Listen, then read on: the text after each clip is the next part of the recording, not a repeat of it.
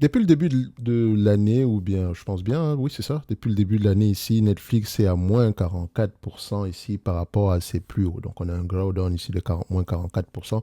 Techniquement, ce n'est pas le plus bas qu'on ait, c'est pas le plus élevé qu'on ait eu parce que le plus élevé, c'était aux alentours de 2012 par là avec 21%. Et également en 2022 ici, après la pandémie, quand on nous disait que Netflix avait perdu pour la première fois des abonnés, machin, truc, avait un moins 74%. Alors, une très belle période d'ailleurs pour pouvoir faire la question de cette compagnie, je rappelle bien.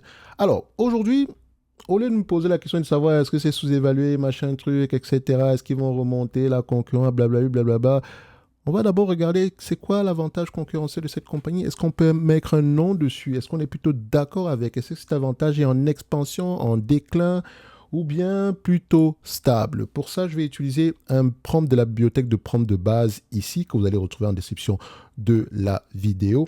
Je rappelle également ici que pendant que je vais l'utiliser un prompt parmi tant d'autres, on va avoir tendance à dérouler tous ces prompts-là dans notre webinaire de demain, ok, vendredi à 20h, heure de Paris, retrouvez-nous et on va avoir tendance à bâtir une thèse d'investissement en utilisant uniquement la bibliothèque de prompt ici sur la compagnie qu'on appelle Amazon. C'est la seconde édition ici, ou bien c'est le second rendez-vous ici, le premier également disponible dans le groupe School et le lien vers le groupe School est en description de la vidéo. Donc je vais revenir dans une Netflix, une entreprise que je pense un tout petit peu connaître, on va le dire comme ça modestement.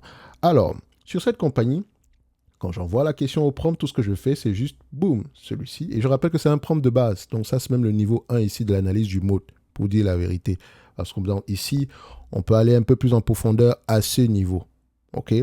Donc, on peut aller un peu plus en profondeur sur ces différents éléments également. Donc, quand moi, je regarde le mot en question, ce qui m'intéresse, ce sont les sources principales du mot. Intangible, low cost. Le reste ici, ce sont des jugements de valeur que je ne veux pas avoir tendance à modifier moi-même, dépendamment de la connaissance que j'ai de l'industrie, des concurrents, des fournisseurs. À ce niveau-là, je peux, au lieu de mettre un mot étroit, je pourrais plutôt être plutôt d'accord avec un mot large parce que je vois quelque chose de différent. Oui, j'applique mon propre jugement. D'accord? Et vous devrez également faire la même chose.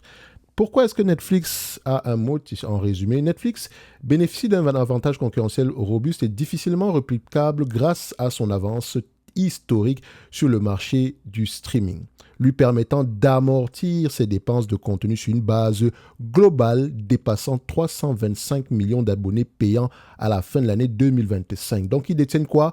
La distribution. En un claquement de doigts, vous pouvez vous retrouver devant vous pouvez retrouver 325 personnes. 325 personnes peuvent se retrouver devant votre série. C'est un élément qu'il ne faut pas négliger. Et quand on parle de Netflix, n'oubliez pas que YouTube est au-dessus de Netflix. Toujours. D'accord? C'est le premier site, c'est la première plateforme de streaming.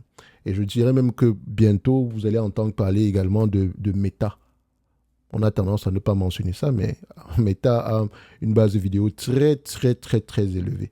Et elle pourrait faire la même chose que YouTube, de manière, en termes de classification, etc. Parce que sur Meta, c'est pas trop ça. Mais bref, je continue ici. Donc cet effet d'échelle, cette envergure, se traduit par une marge d'exploitation record de 29,5%, ciblant 31,5% en 2026, là où les rivaux peinent à atteindre la rentabilité opérationnelle. OK.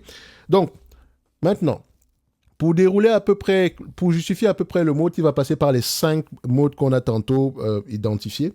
Pas les 5 identifiés, mais sur les 5 modes ici, selon moi, qui méritent une attention particulière. Quand on veut analyser l'avantage concurrentiel d'une compagnie, on se pose la question, a-t-on un switching cost? A-t-on un low cost production? A-t-on des coûts de production bas? A-t-on un avantage, un actif intangible? Bref, on pose toutes ces questions-là. Et dans ces questions, enfin, quand on parle de switching cost, c'est quoi un switching cost? Comment est-ce qu'on le reconnaît, etc. Ça, c'est un autre débat. Je pense que j'avais déjà fait une vidéo sur le mot sur cette chaîne-ci. Bref, ici, il nous mentionne switching cost. OK. Bien que la résiliation d'un abonnement de streaming s'effectue en un clic sans pénalité contractuelle ou financière directe, Netflix a établi un rempart comportemental fort. D'accord? L'intégration de l'application sur la quasi-totalité des téléviseurs intelligents, même pas l'intégration, c'est-à-dire que par défaut, on est déjà là. OK? Et les terminaux mobiles via des partenariats stratégiques éliminent la friction technique. De plus, la personnalisation algorithmique accumulée au fil des ans qui dicte près de 80% des choix de visionnage des utilisateurs, crée un coût d'opportunité élevé en cas de bascule vers un service concurrent non optimisé. Cette fidélité se traduit par un taux de retour exceptionnel des anciens clients. Et je vais parler par expérience et peut-être je peux également avoir un raisonnement très biaisé parce que je suis abonné à Netflix, ça fait plus d'une dizaine d'années aujourd'hui. Je dis bien plus d'une dizaine d'années. Et sur Netflix, j'ai été sur d'autres services de streaming. Je suis même d'ailleurs sur d'autres services de streaming. L'algorithme de Netflix est il est le plus avancé parmi les autres en termes de recommandations. Et pourquoi est-ce que je peux le dire ici? C'est parce que l'algorithme de Netflix me connaît. Il sait littéralement quel type de série j'aime. Donc, il a tendance à me placer uniquement sur 10 choix. Il y aura au moins 3 ou 4 qui pourraient être bien. Alors que sur les autres, je ne sais même pas si c'est juste une bibliothèque comme ça, tu dois fouiller. Netflix a toujours mis l'algorithme au cœur de sa stratégie. Oui, ce n'est pas juste une bibliothèque lambda. Si vous voulez faire concurrence à Netflix, commencez par travailler vos algorithmes. Je pense que j'avais fait une vidéo dans le temps ici, sur cette chaîne, où je me plaignais justement de l'algorithme de Disney. Je disais que Disney a certes le catalogue, etc., mais attention, ce catalogue-là ne vaut rien du tout si vous ne pouvez pas placer les bonnes séries au bon moment devant les personnes, devant vos clients. Donc ici, quand nous on ne veut pas chercher pendant des heures et des heures. Quand j'arrive sur Netflix, je sais littéralement, oh, voilà une nouvelle série d'enquête, parce que moi j'aime bien les documentaires d'enquête, etc. C'est ce genre de choses que j'aime. Donc on va me les proposer en priorité. On ne va pas me mettre un film d'animation. Il sait que je ne regarde pas ce genre de choses-là. Et donc, j'ai essayé une fois, je pense, quelqu'un avait utilisé mon compte, je sais pas qui, c'était ma soeur ou bien, voilà, avait utilisé mon compte Netflix.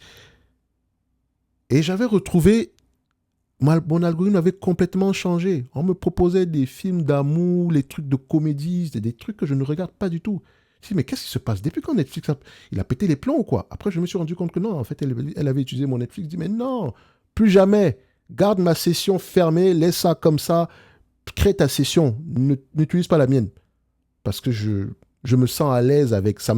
L'algorithme me connaît et j'aime bien ça parce que ça me permet de choisir rapidement ici mes séries. Donc, comme vous pouvez le voir ici, on va calculer quoi le taux de désabonnement ici avec Netflix sera établi aux alentours de 2,1% en 2025, soit le plus bas du secteur, qui fait face en moyenne ici à un taux de 5,5% chez les concurrents. Et ça ne prend pas en considération YouTube, parce que techniquement YouTube, tout le monde est abonné de manière générale.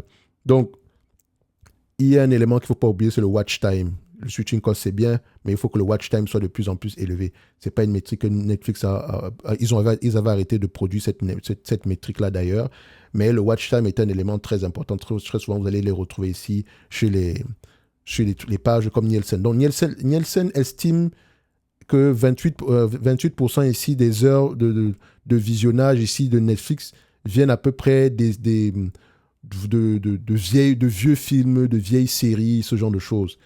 Donc, on va se dire ici que les abonnés ne restent pas parce qu'il y a des nouveautés, surtout qu'ils sont juste habitués et qu'ils ont tendance à également consommer, entre parenthèses, du vieux contenu, même si je pense que quand on parle de médias, quand on parle voilà, quand on parle du média, des films, des séries, c'est pas la date qui est importante. Par exemple, là, je me suis retrouvé en train de regarder Les Sopranos. J'avais jamais regardé cette série. J'ai commencé à regarder un tout petit peu. J'avoue que je m'ennuie encore un tout petit peu. Je n'arrive pas à comprendre pourquoi. Je comprends un peu le principe, mais voilà. Mais j'ai un problème, c'est que quand je commence quelque chose, il faut que je le termine. Donc, je vais au moins terminer la première saison. Donc, il y a également The Wire, que j'ai recommencé à regarder, qui est une excellente série. Franchement, c'est dans mon top 5. The Wire, c'est l'une des meilleures séries avec les Stringer Bell, Omar et tout le reste, bon, pour ceux qui ont la référence. Donc, ici, c'est pas... Parfois, je me retrouve en train de regarder Columbo. Ça ne me dérange pas. Ce sont des séries que j'aime. Je vis ce suspense-là. Je m'en fous que le film soit sorti il y a longtemps, ou bien la série soit sortie il y a longtemps, non. Ou bien j'ai l'habitude de regarder Monk. Vous vous souvenez, le détective qui a des tics et des tocs. J'aime bien ça. Et ça ne me dérange pas de regarder. Je peux regarder ici les trucs de New York Police criminelle. Vous vous souvenez de cette série qui ne finit jamais. Elle ne va jamais finir d'ailleurs. Donc, je peux regarder les premières saisons et on est peut-être même à la 20e saison aujourd'hui. Donc, vous imaginez, C'est juste l'histoire qui est importante, le suspense, etc. Donc, le fait que les gens mentionnent souvent ici que oui, mais Netflix, il n'y a pas de nouvelles séries, il n'y a pas de bonnes séries, etc. Ça, c'est un jugement de valeur. Ça dépend de toi, tes goûts, etc. Mais si tu veux du divertissement, il y aura toujours quelque chose pour toi à ce niveau-là. Il y a énormément de séries sur Netflix. Vous n'imaginez même pas.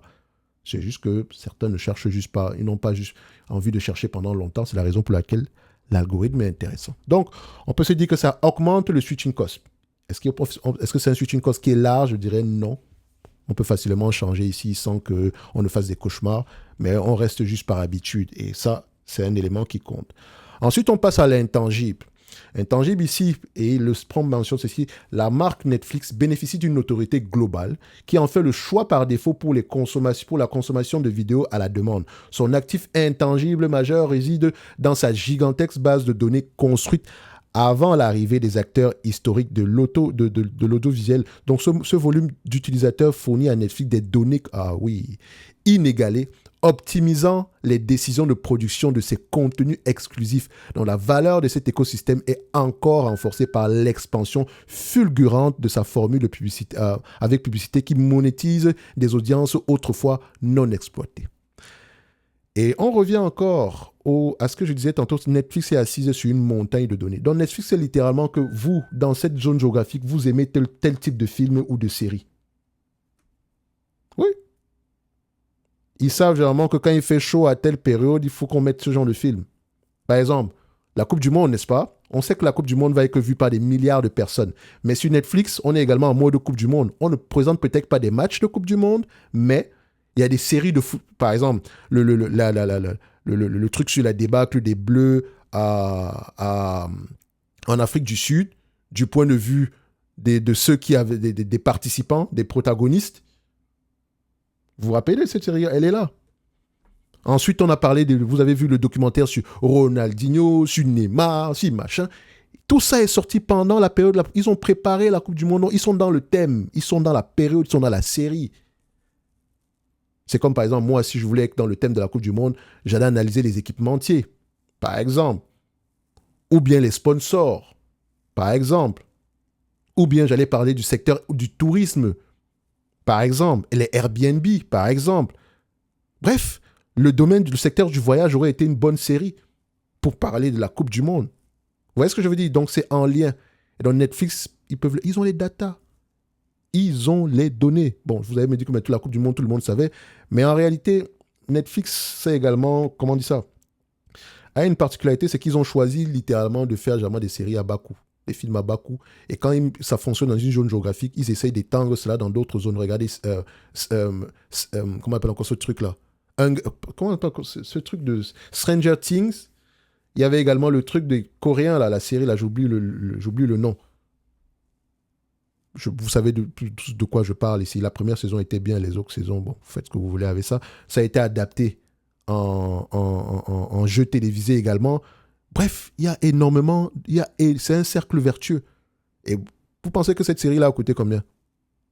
Voilà, pourtant c'est devenu culte. Dernièrement, il parlait de quoi? De Polygamiste, une série sur Netflix, venant d'Afrique du Sud. Vous pensez que ça a coûté 50 millions de dollars ou 100 millions de dollars à produire? Non. On va vous dire qu'ok, 5 millions, vous pouvez faire ça 5 millions, beau, etc.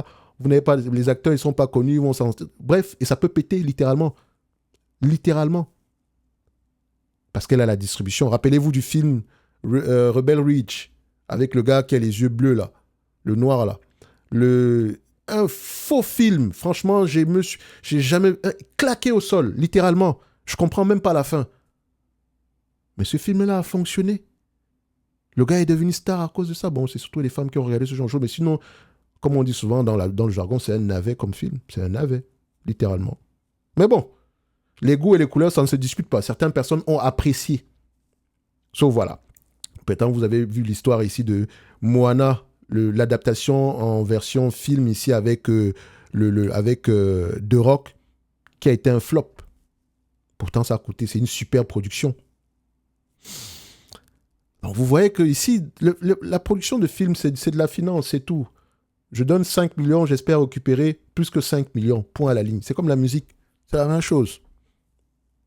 Il y a peut-être je peux avoir produit un album à 1 million de dollars qui me rapporte des centaines de millions de dollars pendant toute la durée d'exploitation. C'est ça. Donc, cet actif intangible, donc, vu que c'est ça, Spotify également a des datas. Comme je dis, Netflix, on va parler de Spotify parce que je pense qu'il faut qu'on s'asseye réellement sur l'avantage concurrentiel.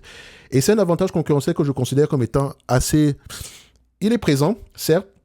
Pourquoi est-ce qu'il ne sera pas vaste? Et je serais d'accord avec ça parce que les autres peuvent également avoir la même chose. Excusez-moi, j'éternue, d'accord? C'est les aléas du live ici. Mais voilà. Donc, ce mot-là, je suis plutôt d'accord également. Ensuite, on passe sur l'effet de réseau. Bien que Netflix ne soit pas un réseau social classique où chaque utilisateur interagit directement avec les autres, l'entreprise génère un effet de réseau indirect et bilatéral significatif. L'accumulation massive d'abonnés attire les meilleurs créateurs de l'industrie, que ce soit les réalisateurs, les scénaristes, désireux d'obtenir une visibilité maximale sans équivalent. De l'autre côté de la plateforme, ce flux continu de production originale exclusive maintient l'engagement et attire de nouveaux utilisateurs. De plus, l'essor rapide de la régie publicitaire de Netflix crée un effet de réseau de monétisation. Une large audience attire des investissements publicitaires de premier plan, prévu à environ 3 milliards de dollars ici en 2026, permettant de subventionner de nouveaux investissements dans le catalogue. Quand on dit investissement publicitaire, donc techniquement, ça attire les annonceurs. Oui, ça attire les annonceurs. C'est un avantage, non? C'est un effet de réseau indirect. S'il y avait imaginez qu'il y avait 1 million d'abonnés sur Netflix. Vous pensez que les annonceurs allaient se battre pour aller sur Netflix? Non. On va là où il y a l'audience. Et vu que Netflix te connaît, ils peuvent également mieux target la publicité. Ça également, je suis plutôt d'accord. La raison pour laquelle comment on appelle ça? Est-ce qu'il pourrait être large ou pas? Ça peut être discutable ici parce que je vois que c'est... Je vais dire, les autres peuvent faire la même chose. Sinon également, on a vu Disney qui a près de 300 millions d'abonnés ici. Vous avez également Amazon. Donc, il est plutôt étroit de manière générale, mais il est présent. Et c'est une bonne chose parce qu'une entreprise peut avoir plusieurs modes. Et c'est toujours mieux de l'expliquer. Vous avez des preuves ici, je vous laisse aller lire ça, vous mettez pause. Ensuite, l'autre mode, c'est l'avantage concurrentiel lié à la production à bas coût. Ça, je suis plutôt d'accord. Et je pense même que c'est l'un des éléments les plus importants au-delà de l'intangible. Donc, Netflix possède l'avantage de coût unitaire le plus solide du secteur grâce à son échelle, son envergure. Alors que des concurrents de taille plus modeste doivent amortir des coûts de production de plusieurs dizaines de millions de dollars sur une base de 30 à 60 millions d'abonnés, Netflix repartit cette même charge de contenu, à savoir 18 milliards de dollars ici en termes de production sur près de 325 millions d'utilisateurs. Ça donne à peu près un ratio aux alentours, si ma mémoire est bonne ici, de 30, 13, à peu près 60 dollars par utilisateur. Je pense bien, oui, c'est ça. Ça peut être 60 dollars ici de dépenses en termes de contenu nouveau. Je dis bien nouveau. Et de plus, son infrastructure technologique construite sur le cloud AWS d'Amazon, bonsoir Amazon, encore une fois, merci beaucoup, étant actionnaire d'Amazon, matin, midi, soir, vous voyez qu'on se retrouve partout, bien que coûteuse, estimée à près de 1 à 1,3 milliard de dollars par an, bénéficie d'une architecture de microservices hautement optimisée qui minimise les coûts de serveur par flux de vidéos diffusés. Bon, ça aussi... Bon, techniquement, ça peut être discutable ici, mais dans tous les cas de figure, c'est le low-cost production, je suis plutôt en accord avec ça et je pense que c'est l'un des modes les plus solides d'Amazon, de Netflix. Oui, Amazon ici a aussi des coûts de production bas. Ça également, il faut le mentionner. OK? Ma langue n'a pas fourché. Donc, Netflix ici, je suis plutôt en accord avec cela. Et je vous ai dit ici, quand je faisais des vidéos sur les médias à une certaine période, déjà, je peux le dire, non? J'avais prédit la consolidation, oui ou non? Par rapport au catalogue. Au début, j'avais une fausse idée par rapport à la valeur du catalogue. Même pas une fausse, c'était vrai, le catalogue a une valeur. Donc quelqu'un m'avait dit, oui, mais ce sont des vieux films. Non, c'est la propriété intellectuelle. Dis-moi si tu peux faire un Blanche-Neige, toi, sans demander la permission à Disney. Voilà, tu as la réponse. Donc maintenant... N'oubliez pas les produits dérivés derrière, etc., les jeux vidéo, bref, tout ce que tu peux imaginer derrière. Donc ici, dans cette guerre du streaming, parce qu'on est en pleine guerre présentement, on était à la guerre de la compagnie, la plateforme qui aura le plus d'abonnés possible, Maintenant, on passe à la plateforme, on passe à la monétisation. Netflix a la monétisation depuis très longtemps. Là où certaines personnes comme Disney ont fait des partenariats avec Amazon pour pouvoir obtenir beaucoup d'abonnés, dans le sens, je vous avais parlé de ça, on obtenait 6 mois gratuits pour obtenir sur Disney quand on était client d'Amazon. Une fois qu'on était dessus, Disney voulait nous convertir en clients de manière générale après les 6 mois. Moi, je ne suis pas resté parce que l'algorithme ne m'a pas plu. Pas parce qu'il y avait trop de séries ou quoi que ce soit. Je vous dis toujours que le service de streaming à plus bas coût ici, avait les coûts les plus bas, enfin pas les coûts les plus bas, le moins cher parmi le streaming payant, précision, c'est Amazon. Dans Amazon, j'ai le streaming. Dans Amazon, j'ai la musique également en streaming. J'ai la vidéo en streaming, la musique en streaming. J'ai encore la livraison rapide ici ou bien à bas coût. Tout ça dans un abonnement d'à peu près $120 par an. Ça fait $10 par mois. Sans faire plus.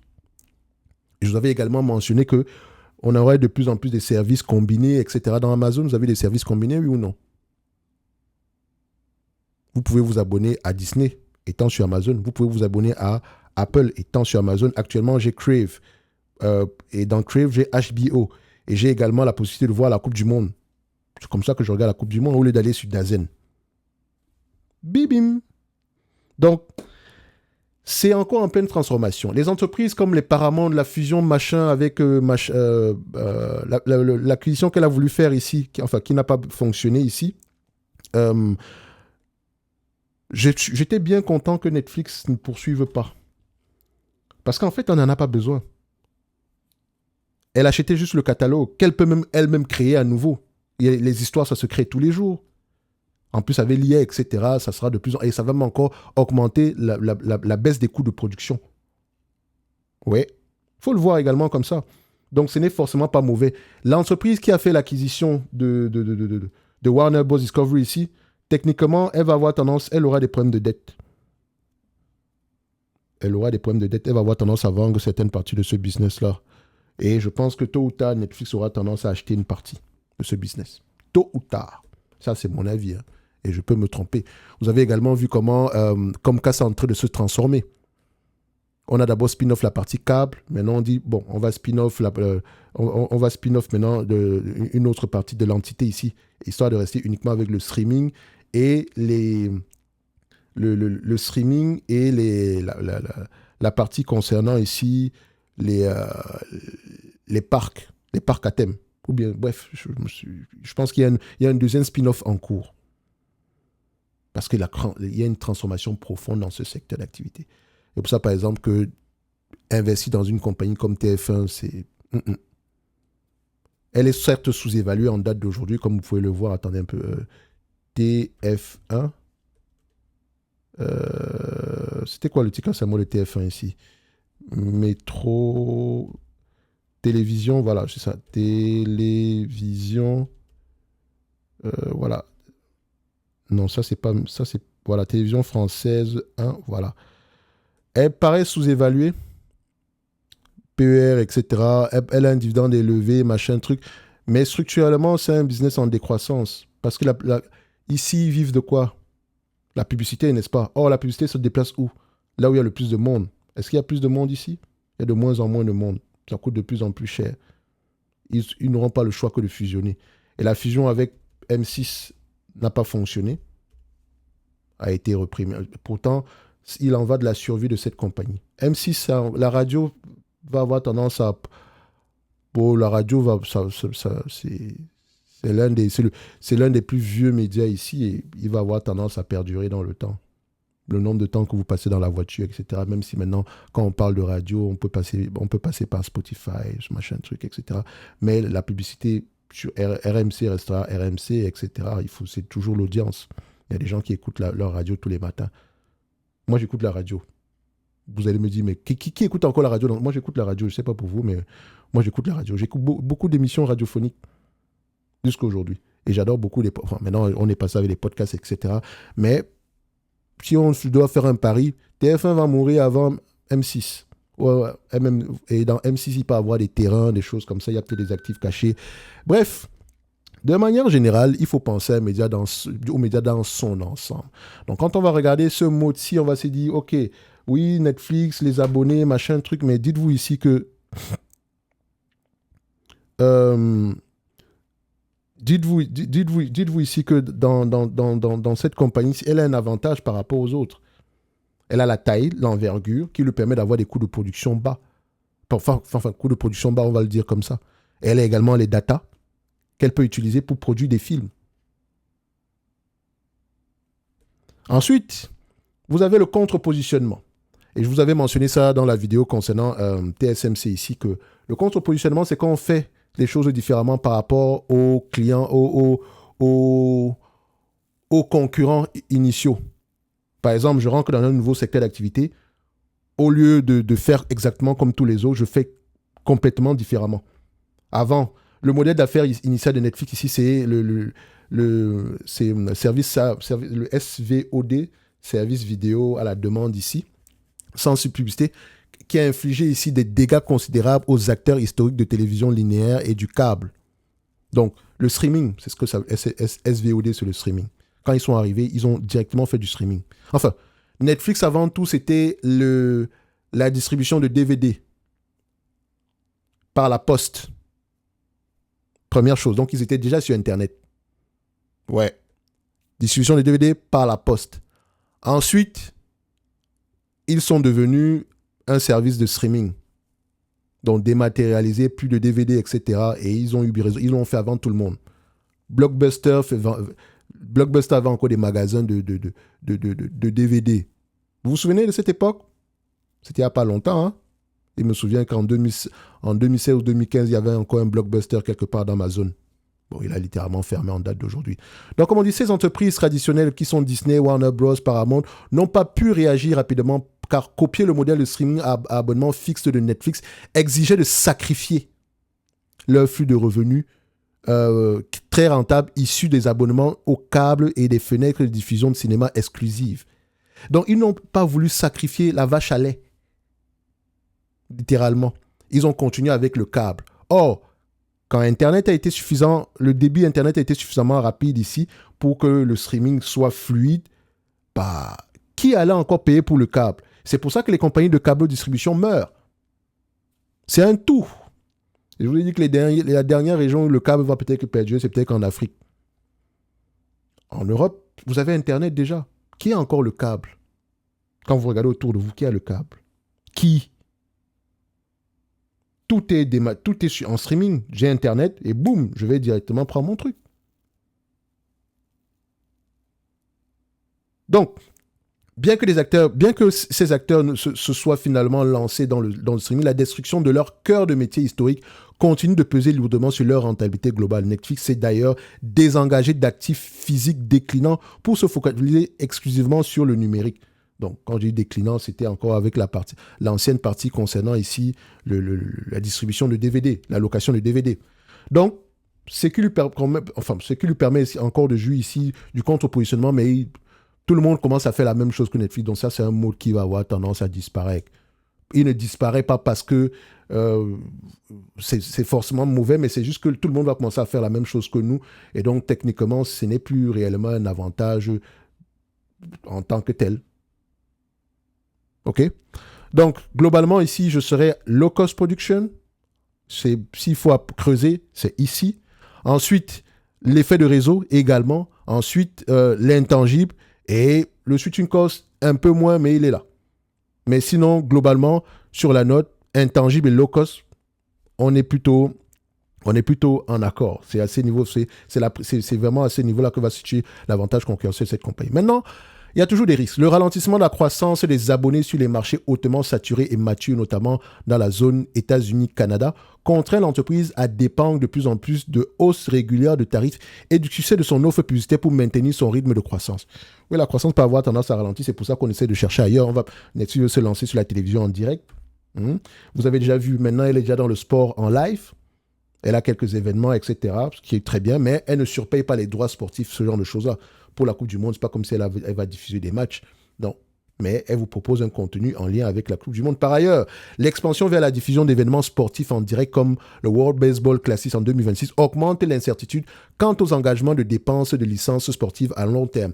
Et en fait, c'est sûr que ça augmente l'incertitude, mais également Netflix a un avantage énorme. Allez-y lire l'histoire, le fait de... Parce que vous savez que les Japonais adorent le baseball. Je ne sais même pas si ce n'est pas le sport numéro 1.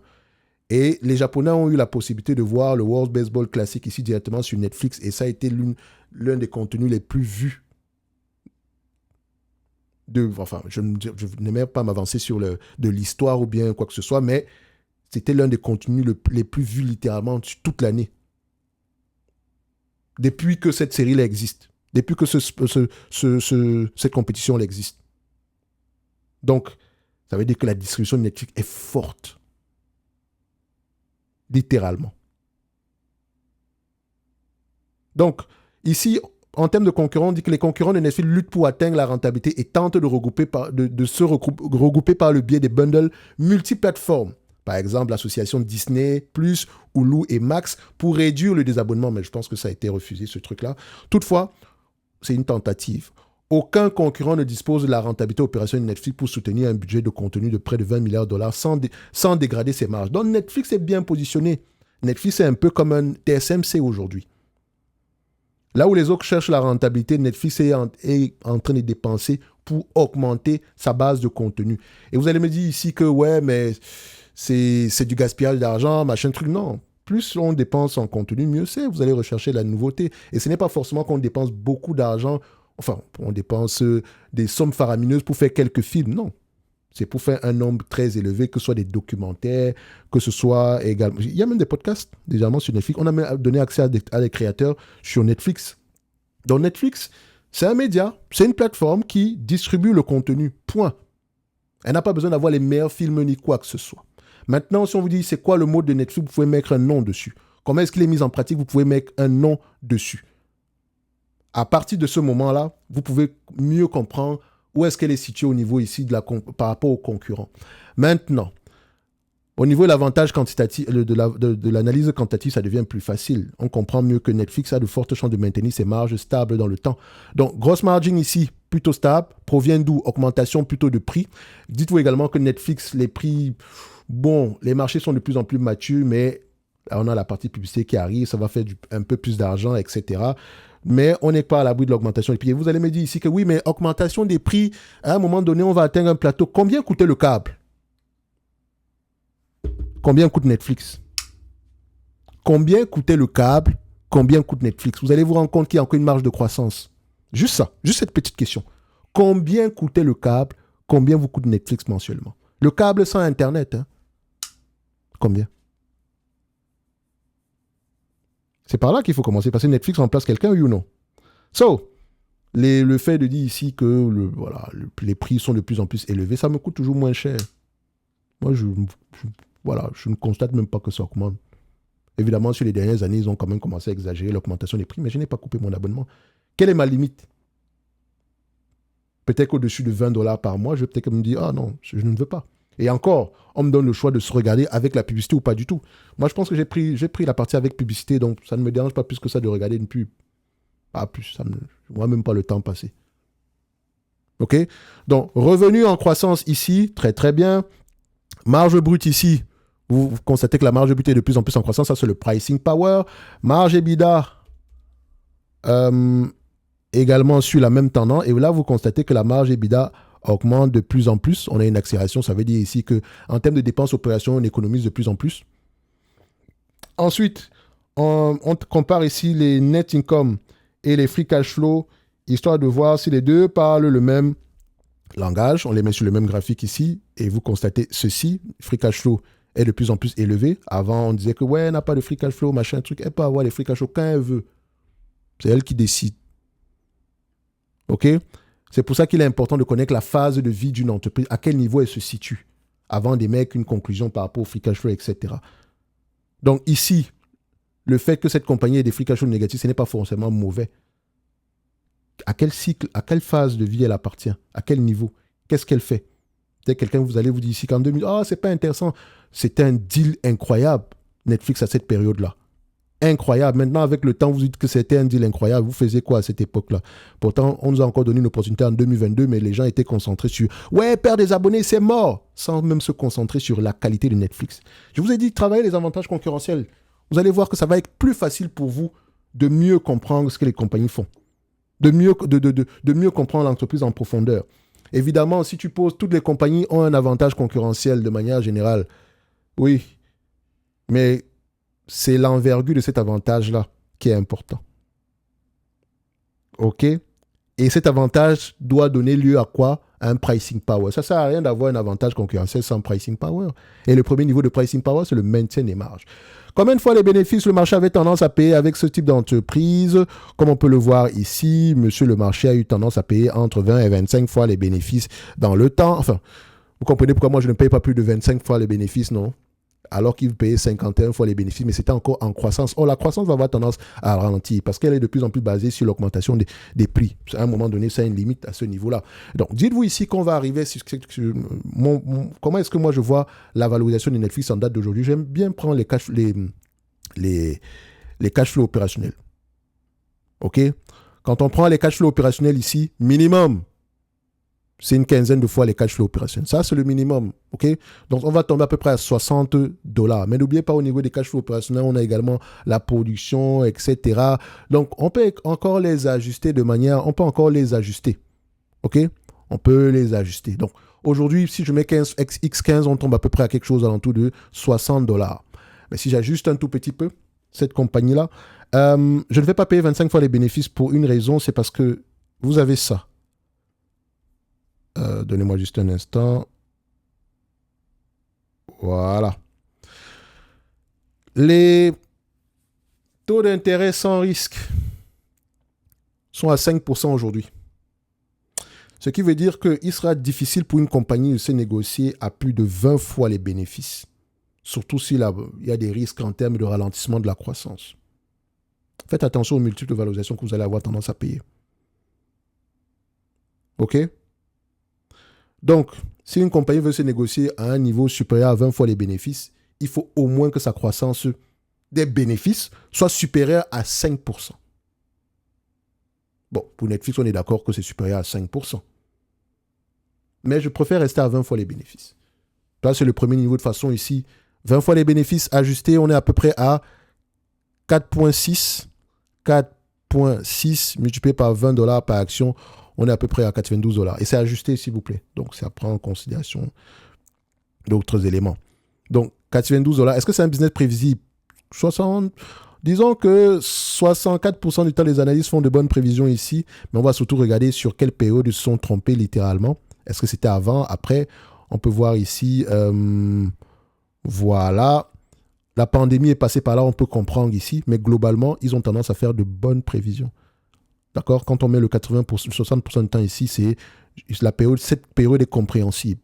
Ça reste un business prévisible, abonnement récurrent, etc.